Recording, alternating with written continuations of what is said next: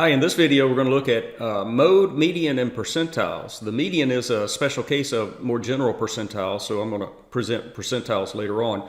But mode and median are often mentioned in the same context as mean, and they're collectively referred to as measures of central tendency. So when you have data, the mean, of course, we've already talked, the mean is going to be the average of all your data. The mode will be the value that shows up most often, and the median will be the value that separates the data in half. So half the data is less than the median, half the data is more than the median. All those could be very different numbers, so we need names for each one of those. And again, they're collectively referred to as measures of central tendency. Okay, so let's go ahead and get started with the mode. The definition of the mode is the mode of the random variable is defined to be the value, or our values, it could have more than one mode, of the support of the random variable, or the values of the random variable that maximize the probability mass function in the discrete framework, or the probability density function in the continuous framework. So as an example, if we're in this discrete framework, mode's very easy to pick out. You just look at the probabilities and you take the value that's the highest probability. You look at the highest probability, and the value of the random variable that's assigned that highest probability is your mode. So in this case, the mode was 4. I mentioned that you might have more than one mode. So for instance, in this case, you have in the probability table, 0.4 is the highest probability, but occurs both with an x value of -5 and an x value of 17. So you have two modes here. This will be a bimodal distribution. And then, of course, you could have even more than two. You could have something like this. This would be, where every value of the random variable would be its mode, because, the probability is 0.25 for all of those. And so this would be a multimodal distribution. Okay, that's the discrete framework. Very easy to pick out the mode in the discrete framework. In the continuous framework, usually you're given like a density function. So let's say we're given this density function, and we're asked to determine the mode of the random variable for which this is the density function for. Again, it's the value that's going to maximize the density function. And if you look at this particular density function, it's a quadratic function. And if you were able to graph that, the graph would look something like this, or it would look exactly like this, where the peak there is at an x value of 1. So the maximum, there's a maximum of 3/4 at x equal 1. So the mode would be the location of that maximum value, the x value that gives that maximum value. It's not the maximum value, it's the x value that gives the maximum value. And so here we would say that the mode is 1. If you didn't recognize, or you didn't want to, actually graph this thing, then you could pull out some calculus here, and you're trying to maximize this density function. And so to maximize the density function, I take the derivative of the density function. So this is what I get for the derivative, set it equal to 0, and solve the resulting equation. And again, you get an x equal 1. So the mode would be a 1. Again, just another way of showing that the mode is 1.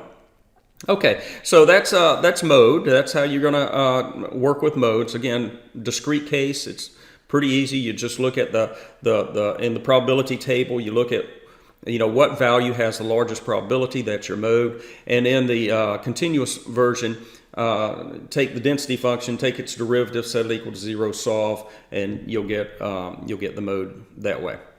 Okay, so let's move on to percentiles. And with percentiles, I kind of want to give you an illustration of what percentiles are. You've already seen this, I'm sure. I'm sure most of you have taken these standardized tests where it came back that you scored in the 95th, or probably even higher than that, but the 95th percentile. Well, the 95th percentile, and I'm going to focus on continuous random variables here, but the 95th percentile of a continuous random variable is defined to be the value of the random variable, which is greater than 95% of the other values of the random variable. And so I'm going to introduce some notation here. For the 95th percentile, I'm going to denote that by a pi, with a pi for percentile, with a subscript of 0.95. This is not pi at like 3.14 or anything like this. This is just a new notation that has to do, in the context of percentiles. It's a notation that I'm going to use in that context. Pi for percentile with a subscript of which percentile it is. So pi subscript 0.95 would be what I'm going to use to denote the 95th percentile. And so mathematically, because mathematically this would just mean that the probability that the random variable is less than the 95th percentile is 0.95. So that's what mathematically I would get. Notice that because I'm focusing on continuous random variables, and let me go ahead and mention why I'm focusing on continuous random variables. When you get into the discrete framework, there's some odd things or kind of odd things that can happen with percentiles, and you have to kind of be given more direction on how to compute percentiles in the discrete framework. So I just don't think you're going to see a problem with the discrete framework on percentiles, because they haven't given us in the syllabus that direction that we need, the guidance that we need to complete problems in a lot of these cases. And so I don't think you're going to see a percentile problem in the discrete framework. I've looked at all of the syllabus, the sample questions for the exam P on percentiles, and none of them have to do with, none of them are associated with discrete random variables. All of them are associated with continuous random variables. So that's why I'm focusing on just continuous random variables with percentiles. Okay, so now if you look at that probability that I have, though, that's exactly the same as the value of the distribution function, the CDF, the cumulative distribution function, or the distribution function evaluated at the 95th percentile. That's the definition. Technically, I'm going to highlight in red, technically that's not the definition. Technically, the definition for the CDF, the distribution function, is that it's the probability that cap x is less than or equal to the value that you're using.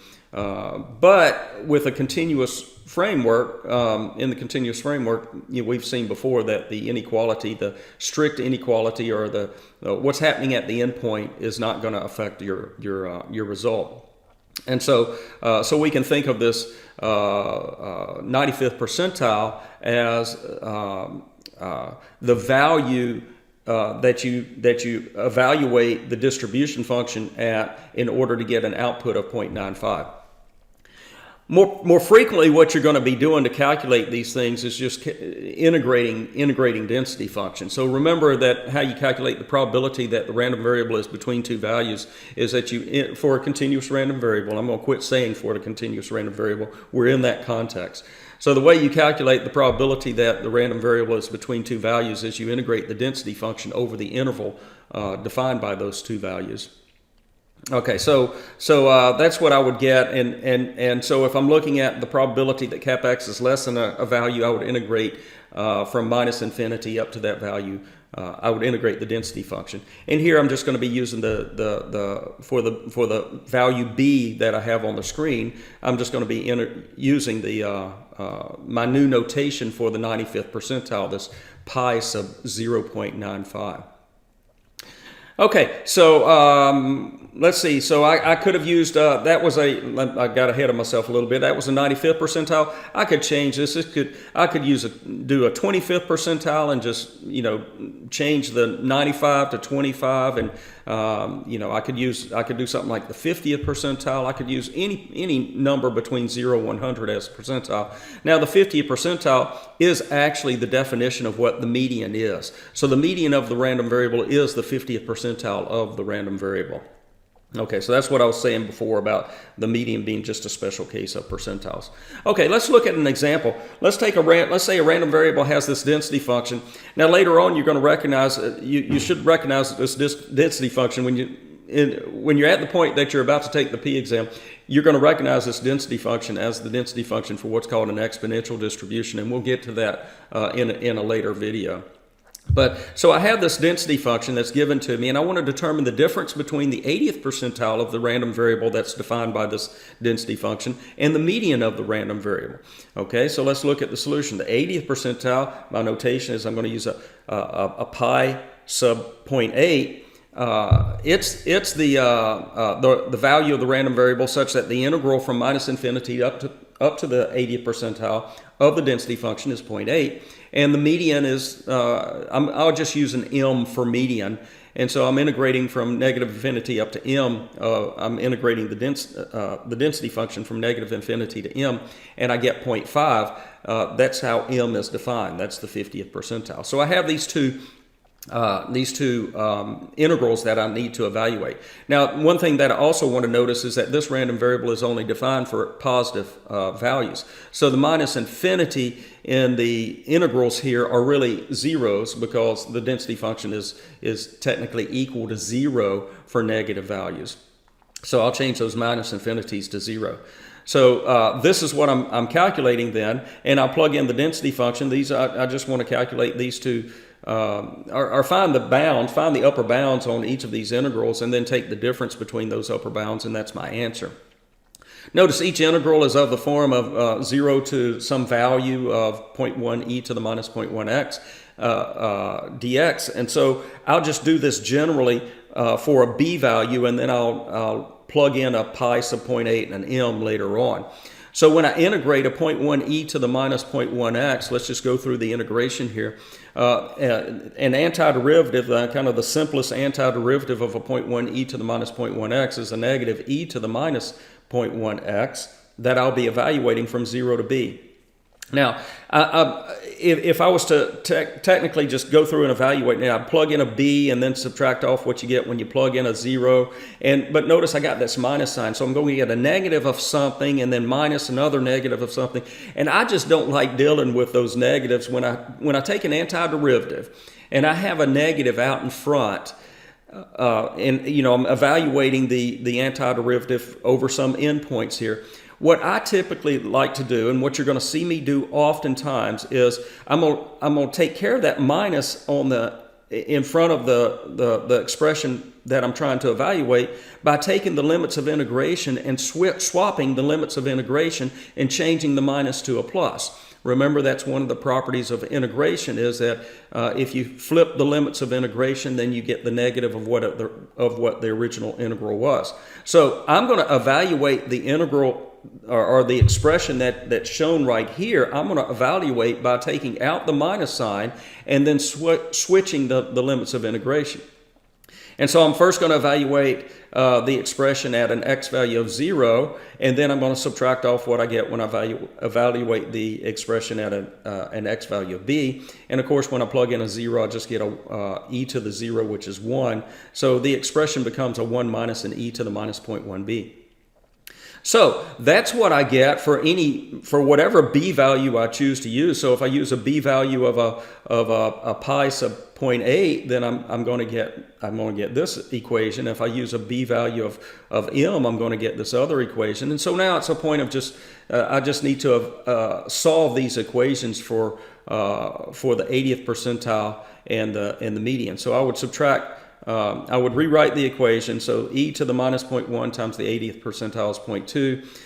Solve for pi sub 0.8. I'm going to take the ln of both sides and then divide by a negative 0.1. I'm going to go through, well, actually numerically that's going to be a 16.094 number. I'm going to go through the same process for the median. Solve for m, and I'll get an m value of about a 6.9, somewhere around 6.9. Take the difference, and then that's my answer. And so that's how you would generally calculate medians and percentiles, more generally percentiles.